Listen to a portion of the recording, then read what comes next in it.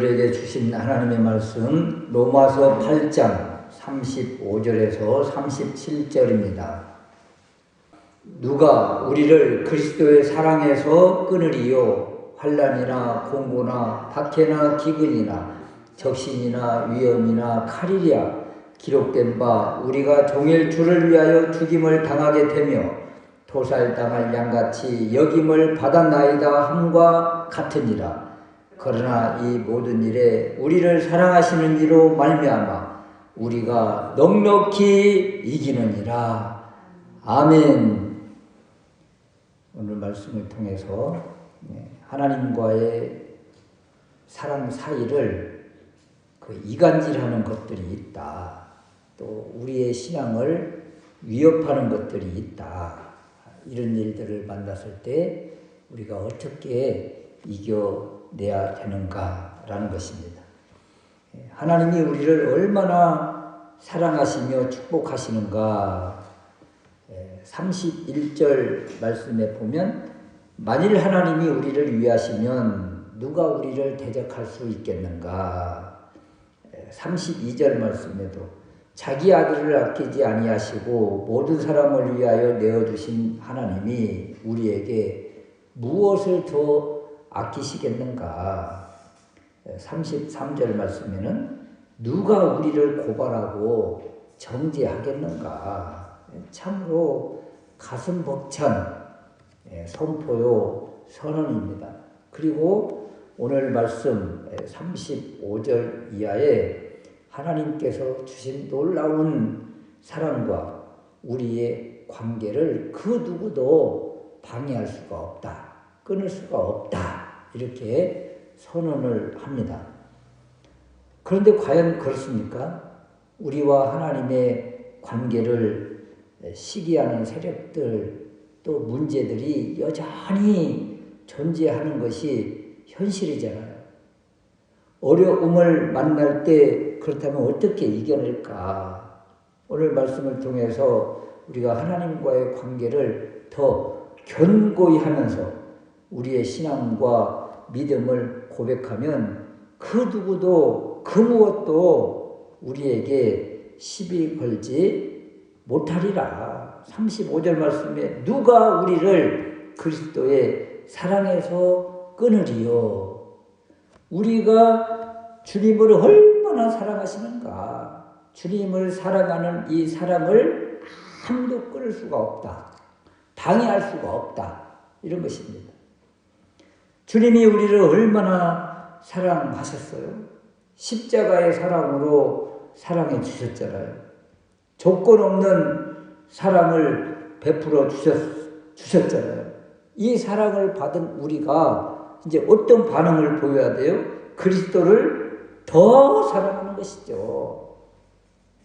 더 사랑하는 것입니다. 그래서 주님과 우리와의 이 사랑의 관계, 우리는 온 마음 다해서 모든 것을 다해서 주님을 사랑한다고 고백하고 주님은 우리를 위해서 모든 것을 내어주셨고 그리고 하나님 보좌 우편에서 여전히 중보 기도해 주시는 우리 주님, 주님과의 이 사랑의 관계, 우리가 평생을 누리고 고백하고 나아가야 되지 않겠는가.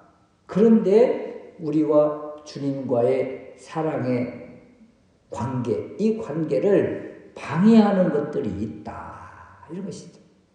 여러분, 남녀 관계에서도 삼각관계, 사각관계 이런 관계가 있을 때 반대편에서 자기 사람을 독차지하려고 막 경쟁자를 모함하고 함정에 빠뜨리고 그런 일들이 비일비재하잖아요.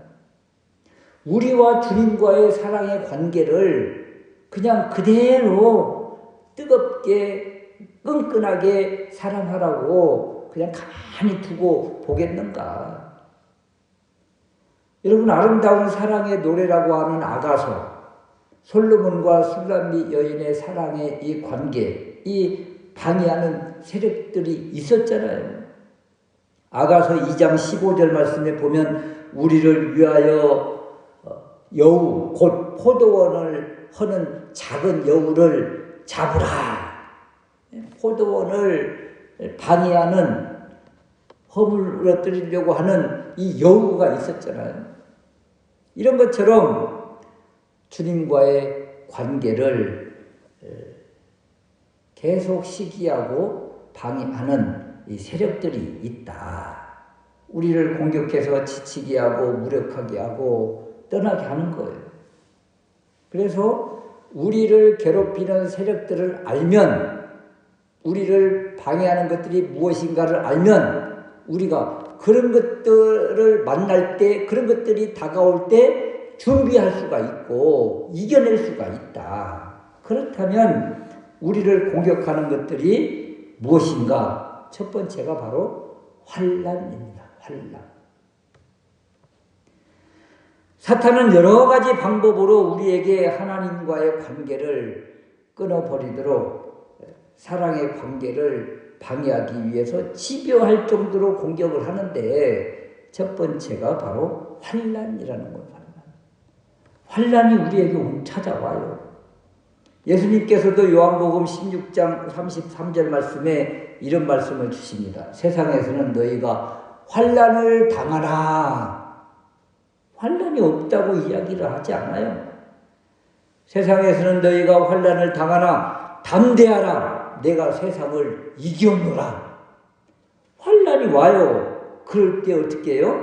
세상을 이기신 주님을 더 바라라는 것이잖아요.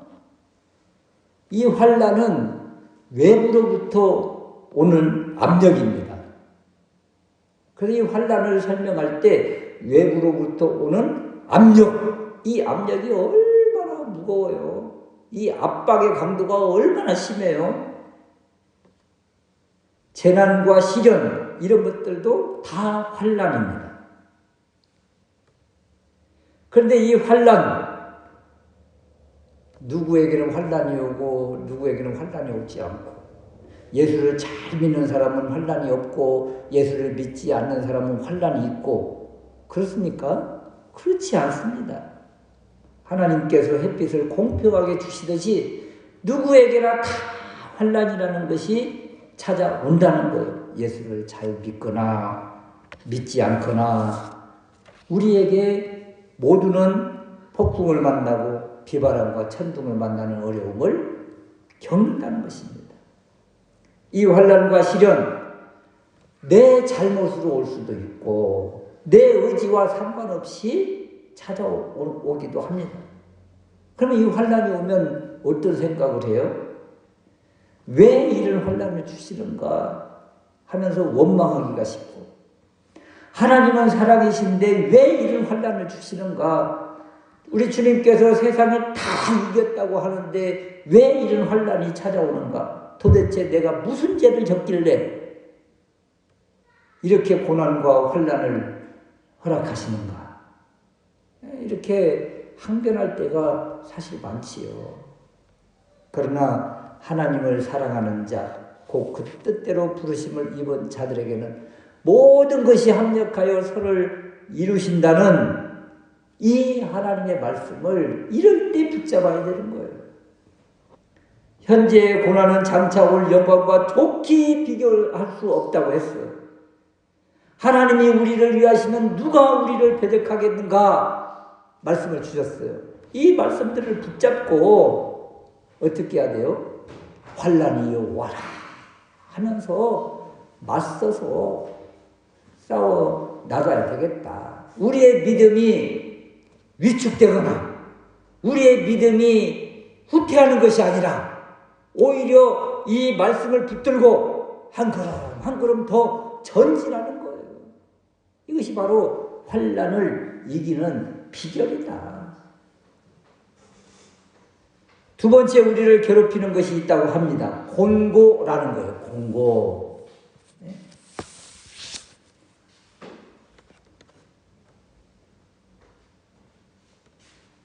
35절 말씀에 보면 누가 우리를 그리스도의 사랑에서 끊으리요? 환난이나 공고나. 공고. 이 공고는 좁은 장소라는 거예요.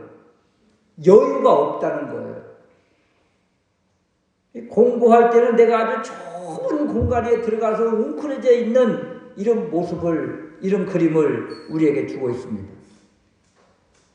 마치 세상에 갇혀 있는 것처럼 어떤 공간에서 그냥 꼼짝도 할 수 없는 그런 상황, 이런 것들이 바로 곤고예요. 만약에 이런 곳에 우리가 갇히면 어떻게 될까요? 외롭고 고독하고 공포스럽고 불안하고 떨리고 심지어는 자살하고 싶은 충동까지, 이런 것들이 다 이 곤고할 때 나오는 모습들이에요. 그래서 곤고할 때 우리들의 마음과 믿음이 너무도 쉽게 꺾여지고 너무도 쉽게 약해지는 경우가 많다. 이런 곳에 다 갇히면 어떻게 해야 될까요? 공고함에 지금 처해 있다. 그냥 꼼짝도 할 수 없다. 그럼 어떻게 해야 돼요? 어떻게 해야 돼요?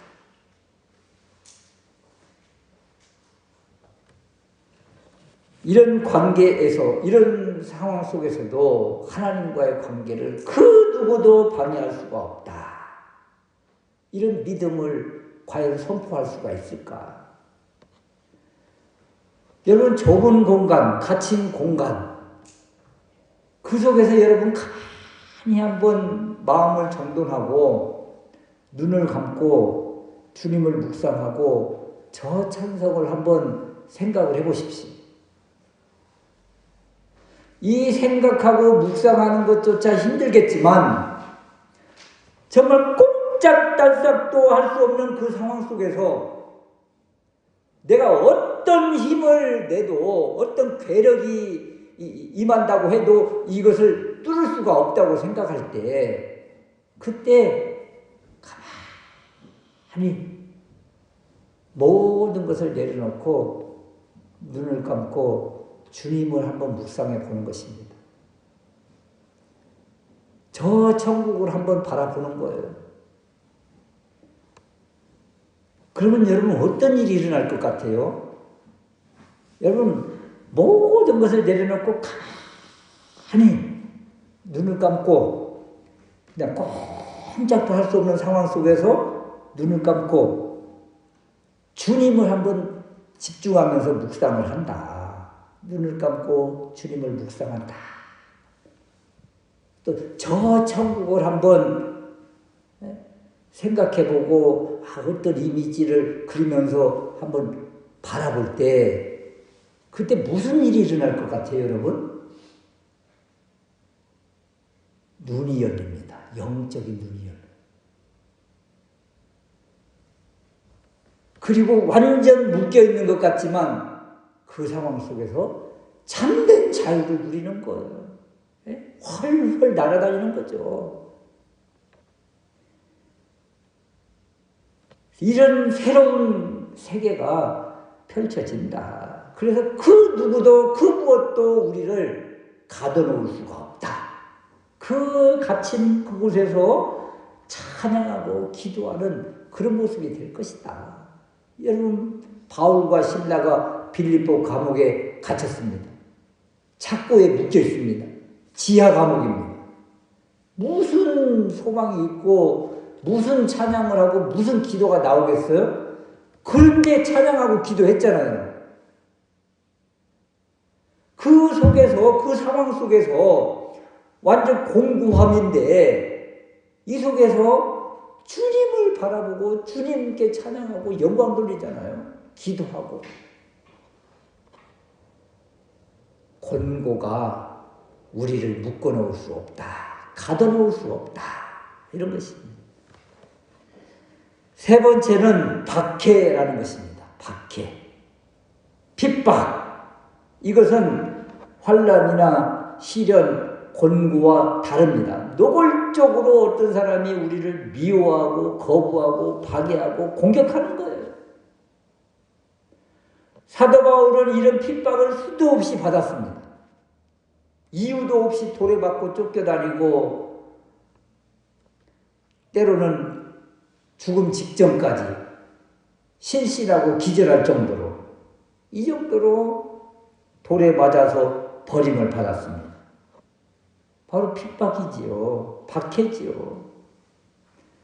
스데반도 마찬가지입니다. 그가 성령 충만해서 복음을 전했을 때 무리들이 성 밖으로 내던지고 돌을 던졌습니다.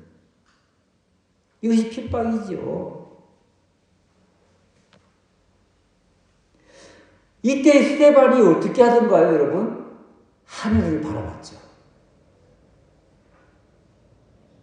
돌이 날아와서 자신의 온몸이 피투성이가 되는데 눈은 하늘에 고정하더라는 거예요. 그랬더니 하늘문이 열리고 우리 주님이 벌떡 일어서서 서 계시는 것을 보잖아요. 주님을 보잖아요. 여러분, 주님을 보니까 믿음은 더 견고해지고 고통은 고통이 아닌 것입니다.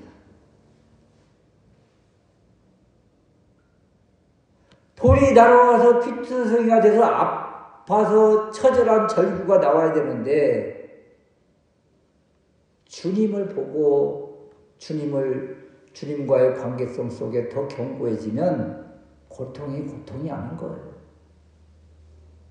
그래서 그 누구도 하나님을 향한 이 뜨거운 사랑의 관계, 주님을 믿는 믿음의 고백, 이것을 흔들 수가 없는 거예요. 방해할 수도 없는 거예요. 주님을 바라보니까. 그래서 핍박이 올 때, 박해가 올 때 어떻게 해요? 주님을 다 바라고 사모하고 고백하는 것이다. 그럴 때 그 누구도 그리스도에 대한 사랑을 아무도 방해할 수가 없고 끊을 수가 없다. 네 번째, 우리를 힘들게 하는 것, 그것은 기근입니다. 기근. 이렇게 환난을 당하고 핍박을 받고 그 다음에는 직업을 잃어버리잖아요. 생업 터전을 잃게 되는 거예요. 쫓겨나는 거예요. 어디 가서 밥을 제대로 먹을 수가 있습니까? 이것이 바로 기근인 거죠. 모세시대 애굽의 메뚜기 재앙 같은 걸로 그냥 완전히 모든 것을 초토화시키듯이 이런 거국적인 전국적인 기근이 있는가 하면 예수 믿는 것으로 인해서 직장에서 쫓겨나고 밀려나고 여러 가지 원조들이 끊기고 이럴 때 이런 것들이 바로 기근인 것이죠. 먹을 것이 없다, 목이 마르다, 얼마나 고독합니까? 그래서 별걸 다 찾아 헤매는 거예요. 살기 위해서 찾아 헤매는 거죠. 믿음의 조상 아브라함 어떻던가요? 기근이 찾아왔어요, 그 땅에. 그러니까 점점 내려가지 말아야 될 애굽까지 내려가잖아요. 그곳에서 당하는 수치, 수모, 망신, 결국 아내까지 빼앗길 위기, 이런 어려움들을 당하는 거예요. 그러니까 기근이라는 것이 주님과의 관계를 흔드는 어떤 한 방편인데 이것을 피하기 위해서 세상으로 내려갔더니 오히려 더 큰 수치를 당하고 말더라. 더 큰 것을 잃어버리고 마는 거예요. 그 이런 기근이 올 때 어떻게 해야 돼요? 마음이 흔들리지만 주님을 향한 믿음이 흔들리면 안 된다. 이것을 우리에게 지금 주고 있는 거죠. 이 기근을 피하기 위해서 세상에 내려가고 신앙을 포기하고 어떻게 그럴 수가 있겠는가? 이런 교훈을 우리에게 주는 것입니다. 다섯 번째는 적신이라는 거예요. 적신. 적신이 무엇입니까? 아무것도 잊지 못하고 있는 헐벗는 이런 것들을 적신이라고 그래요. 우리 사람은 적신으로 와서 적신으로 돌아간다고 그러잖아요. 이게 무슨 뜻인가 하면 아무것도 입지 않는 그 몸으로 태어나서 결국 그렇게 죽는 거예요. 이 적신이라는 것이 이런 것입니다. 입지 못하고 자지 못하고 헐벗는 것. 오늘날도 이 입는 것이 없어서 힘들어하는 종족들이 있잖아요. 가끔 선교사님들이 입던 옷들, 헌옷들 모아서 보내달라고 합니다.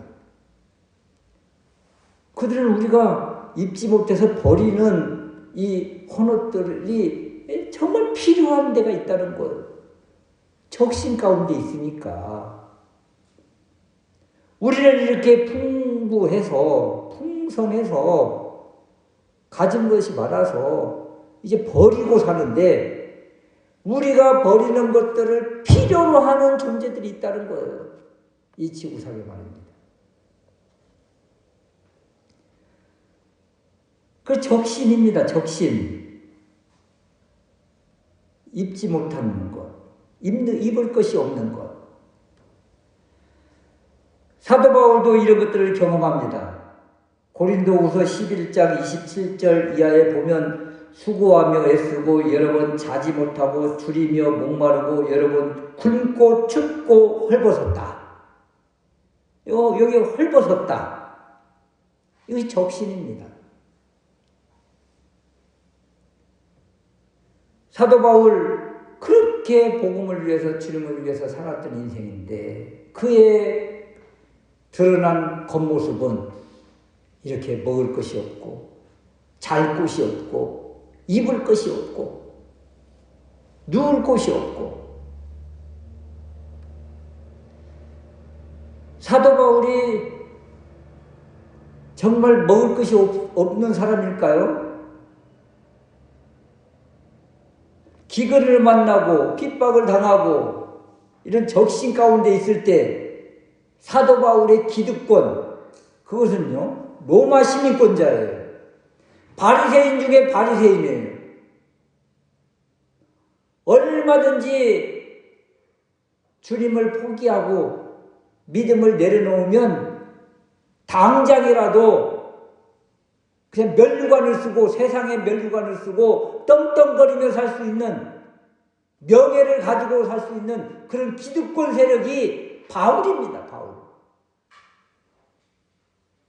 그런데 주님을 사랑했기에 그런 이 기득권을 포기하고 이런 기가 막힌 삶을 선택한 거예요. 우리 예수 믿는 사람에게도 때로는 이런 기가 막힌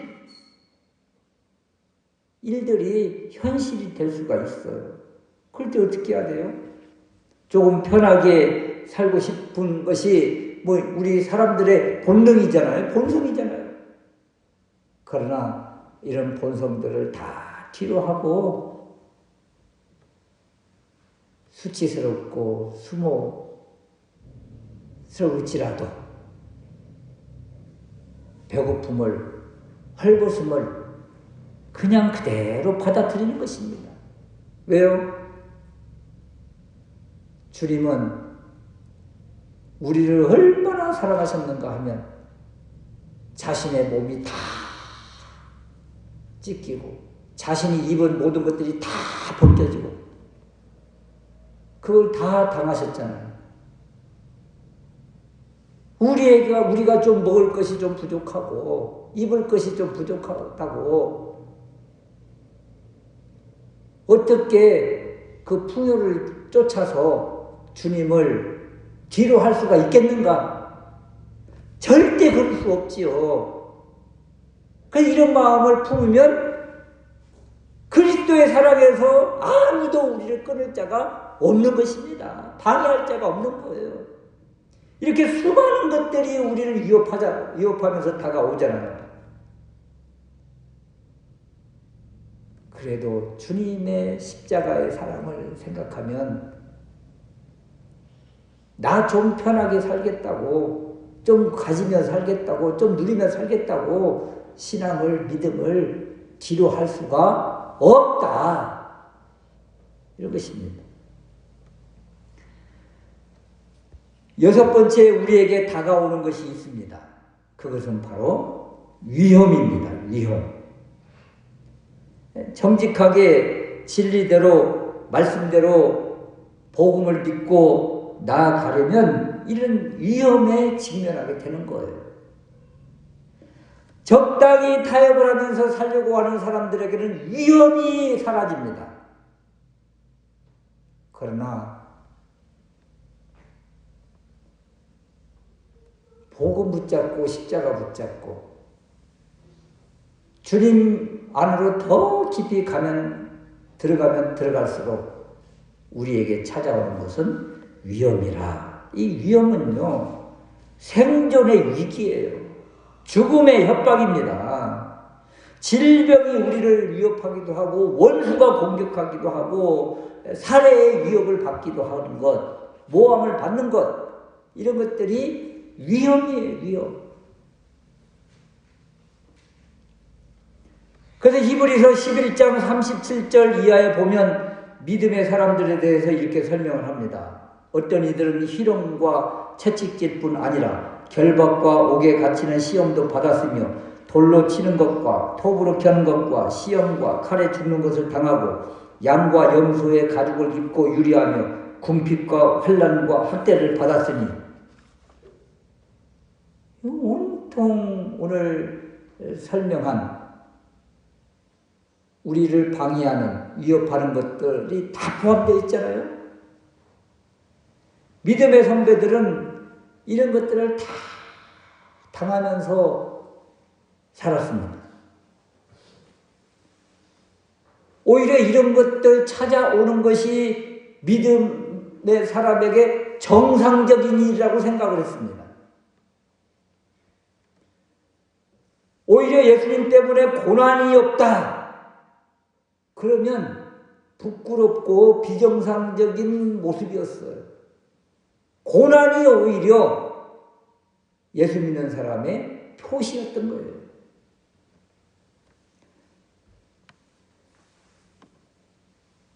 세상에서 환난을 받고 시련을 받고 이런 위험 앞에 늘 노출되어 있는 것이 우리 그리스도인들의 모습이라. 만약에 세상에서 하나도 어려움을 당하지 않고 환난을 당하지 않고 그 다음에 천국에 갔다, 그러면 무엇이 기다리고 있을까요? 우리가 보통 하는 말들이 그런 것 아닙니까? 고난을 당하고 환난을 당하고 시련을 당하고 박해를 당하고 심지어 순교를 당하기까지. 그래서 그 나라에 가면 멸류관이 기다리고 있을 것입니다. 이 말을 우리가 너무도 많이 들었잖아요. 이 땅에서 예수 믿는 것으로 인해서 아무것도 당하는 것이 없으면 과연 예수님을 잘 믿었던 것인가? 한번 뒤돌아봐야 되는 것이 마땅하지 않는가? 또 7번째 우리에게 찾아오는 것이 있습니다. 그것은 칼입니다. 칼. 칼은 죽음과 전쟁을 상징한다고 그래요. 오늘날이야 뭐 그냥 미사일이 다니고 총이 다니고 폭탄이 터지고 이런 것들이 전쟁이고 죽음이지만 이때 당시는 다 칼로 싸웠잖아요. 칼로. 그래서 칼은 죽음과 전쟁을 상징하는 거예요. 오늘날로 말하면 미사일, 폭탄, 총 이렇게 이야기를 했겠지요. 이런 죽음 앞에서 우리는 너무나 약하고 무기력하죠. 사실은. 죽이겠다고 하면 뭐 조국도 배신하고 가족도 배신하고 사랑하는 사람도 배신하고 이런 것들을 우리는 일제시대와 6.25를 거치면서 이렇게 많이 본 사례들 아닙니까? 이처럼 죽음이, 칼이 그렇게 무서운 거예요. 모든 걸 다 포기하게 만들어요. 그런데 예수 믿는 사람은 이 칼, 죽음, 전쟁이 무섭지 않다, 두렵지 않다. 왜 그렇습니까? 죽음 이후에 우리에게 주실 하나님의 놀라운 은혜가 있다는 것을 알기 때문에 설령 칼로 인해서 죽음을 당한다 한들, 칼이 위협하고 우리의 생명을 위협한다 한들, 우리는 주님을 향한 이 사랑을, 십자가의 사랑을 포기할 수가 없다. 그래서 그리스도 안에 있는, 성령 안에 있는 믿음의 사람은 칼도 두렵지 않는 거예요. 위험도 두렵지 않는 거예요. 헐벗고 굶주리는 것도 두렵지 않는 거예요. 성령님 안에 있는 사람은. 베드로를 보십시오. 성령님이 그 안에 없으니까 예수님을 부인하잖아요. 자신의 생명을 위해서. 그런데 오순절 성령님을 경험하고 나서는 그 다음 어떻게 하던가요? 그냥 생명을 내놓고 복음을 전하고 다니잖아요. 그래서 성령 안에 있는 사람은, 주님의 사랑 안에 있는 사람은, 주님을 사랑하는 사람은 이런 것들이 무섭지가 않다. 두렵지가 않다. 환난과 우리를 외롭게 하고 고독하게 만드는 공고함, 물리적으로 핍박하는 이러한 것들, 자지 못하고 헐벗게 하는 모든 것들, 이런 것들로부터 우리가 이겨낼 수가 있다. 어떻게 이길 수가 있는가? 37절 말씀에 보면, 그러나 이 모든 일에 우리를 사랑하시는 이로 말미암아 우리가 넉넉히 이기느니라. 우리를 사랑해 주시는 분이 계시잖아요. 우리를 붙들어 주시는 분이 계세요. 이 하나님이 계시고 하나님의 영 성령님이 우리 안에 계셔서 이런 방해물들, 이런 시기하는 세력들, 적대 세력들, 그 모든 것들을 넉넉히 이길 수 있다. 그래서 우리가 살면서 당하고 모함받고 어리석고 아무것도 아닌 것 같아도 그리스도를 바라보고 그리스도의 사랑을 신뢰하면 모든 것을 합력해서 선을 이루시는 하나님이 계시고, 또 우리를 사랑하시는 그 주님으로 인해서 이러한 고난, 박해, 핍박, 죽음까지도 넉넉히 이긴다. 그러므로 이런 고난을 두려워하지 말자. 오히려 두려워할 것이 있어요. 그것이 무엇인가 하면 내 신앙이 떨어지고 내 믿음이 후퇴하고 주님과의 관계가 소원해지고 떨어지는 것, 이것을 진정 두려워해야 됩니다. 우리가 두려워할 것은 적신이나 위험이나 칼이 아니라 믿음 떨어지는 것입니다. 믿음 떨어지는 것입니다. 이것을 두려워해야 돼요. 믿음만 견고하게 세우고 주님과의 관계만 회복되면 이러한 것들 아무것도 아니다. 넉넉히 이길 수가 있다. 오늘 말씀을 붙들고 주님만 다 고백하고 주님 안에서 우리의 신앙을 더 붙잡아서 이런 어려운 세상 환난, 시련, 풍파, 죽음까지도 넉넉히 이길 수 있는 우리가 될 수 있으시기를 주님의 이름으로 축원합니다. 아멘.